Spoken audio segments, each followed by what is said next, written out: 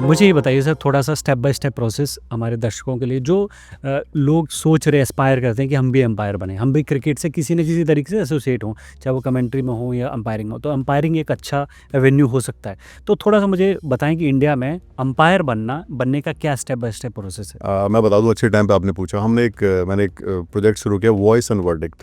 अच्छा, तो जहाँ पे मैं ट्रेन करूंगा कमेंटेटर्स एंड एम्पायर्स। कभी आज तक हुआ नहीं है बहुत बढ़िया। कमेंट्री, उसमें किसी ने कोई ट्रेनिंग का कोई कॉन्सेप्ट है नहीं। हमने शुरू किया, 1 जुलाई से हम शुरू करने वाले हैं। अच्छा, देखिए, कोई भी जिसको खेल से प्यार है, आप जो भी आप देखिए, जब आप कभी घर में मैच देखते हो तो आपको नहीं लगता, कई बार आपने बोला होगा और ये 4 रन सब करते हैं ना, कॉपी क्लास में भी करते हैं, कमेंट्री कॉपी करते हैं, आजकल एम्पायर भी करने लगे क्योंकि एम्पायर टीवी पे दिखने लगा। तो अभी कई बार क्या होता है लाइफ में, जो काम आपको अच्छा लगता है, कहीं आपका प्रोफेशन बन जाए तो आप चमक सकते हो उसमें, मेरा ही मानना है।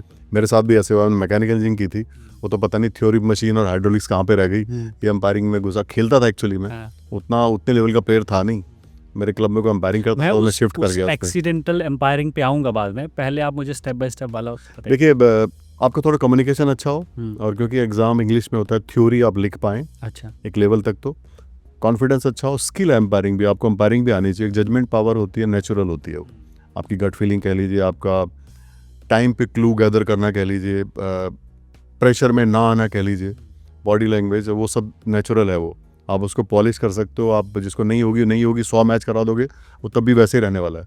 तो ये तरीका है, और खासकर क्योंकि डिफरेंट टेम्परामेंट चाहिए एम्पायरिंग के लिए, तो आपका पैशनेट होना बहुत ज़रूरी है, क्योंकि बैटिंग बॉलिंग में तो आपको रेस्ट मिलता है, एम्पायरिंग में नहीं मिलता है।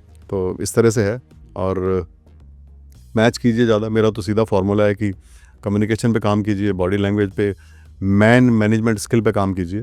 कोई कोर्स कर सकते हो तो कर लीजिए, और ज़्यादा मैच कीजिए, और हर तरह के मैच कीजिए। कोशिश कीजिए टफ मैच करो आप, जहाँ पे लोग जाते हुए डरते हो कि ये मैच नहीं करना, वही मैच करो। तो कोई इसका सर्टिफिकेशन लेना पड़ता है, एनरोल होना पड़ता है किसी कोर्स में? कैसे सर्टिफाइड अंपायर बनते हैं? होता क्या है कि जैसे मैं दिल्ली में हूँ या कोई यूपीसी में है, तो जो इनके एसोसिएशन है, उनके लीग मैचेस होते हैं, वहाँ जाइए, बताइए एम्पायरिंग करनी है। धीरे धीरे टाइम लगता है, आप किसी एम्पायर के टच में रहिए, धीरे धीरे शुरू कीजिए जूनियर लेवल पे। फिर जो अच्छा एम्पायर होता है उसका परसेप्शन बनना शुरू हो जाता है, टीम्स की फीडबैक आ जाती है, प्लेयर्स की आ जाती है कि नहीं वो ठीक करता है एम्पायरिंग।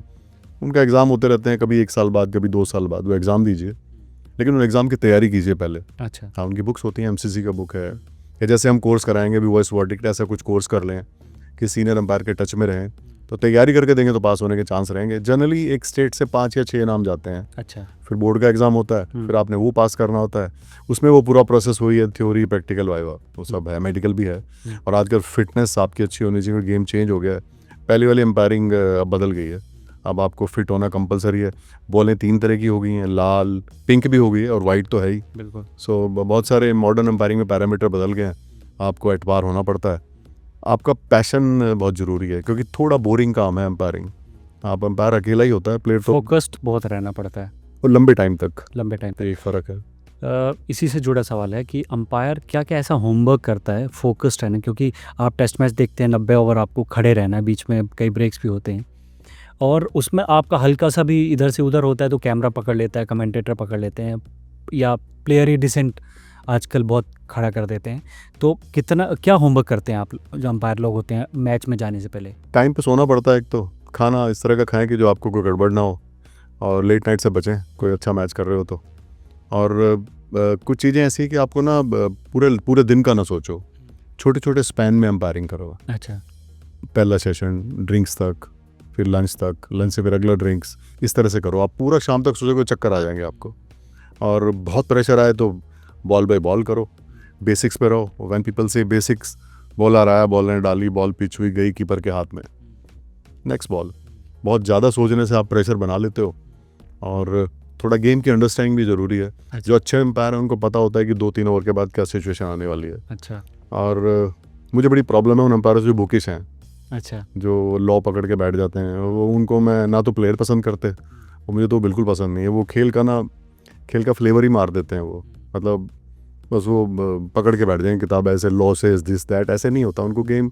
अगर आप गेम समझते हैं तो आपको पहले ही पता लग जाएगा कि अब क्या होने वाला है। तो आप प्रोएक्टिव रहिए ना, प्लेयर को पहले ही बोलिए कि भाई if you do this can happen. Umpire को कितना पैसा मिलता है एक डोमेस्टिक मैच में? मान लीजिए कोई रणजी लेवल का आप मैच, या इवन क्लब लेवल का, ऊपर से नीचे से लेकर ऊपर तक का बताइए कि कितना पैसा मिलता है, सो दैट जो हमें सुन रहे हैं वो भी एक आइडिया बना सके कि हमें इसमें करियर बनाना है कि नहीं बनाना है।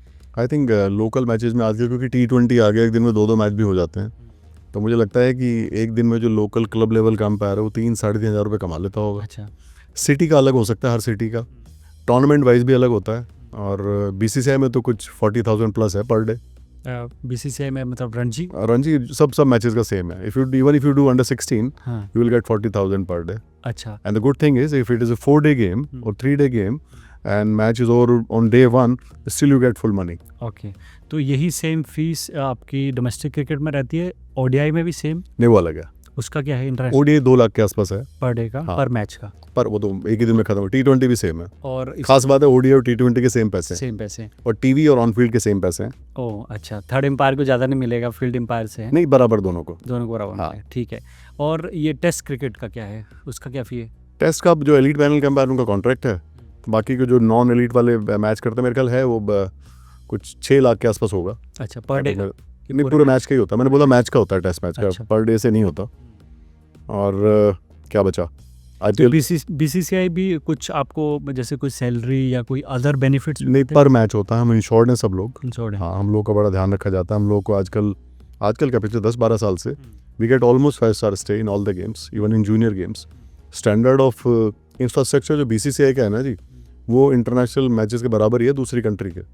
बहुत बढ़िया। तो मुझे कहने में कोई वो नहीं है कि जो हमारे डोमेस्टिक एम्पायर या प्लेयरों को मिलता है वो बहुत सारी कंट्रीज़ में उनके इंटरनेशनल प्लेयर को भी नहीं मिलता।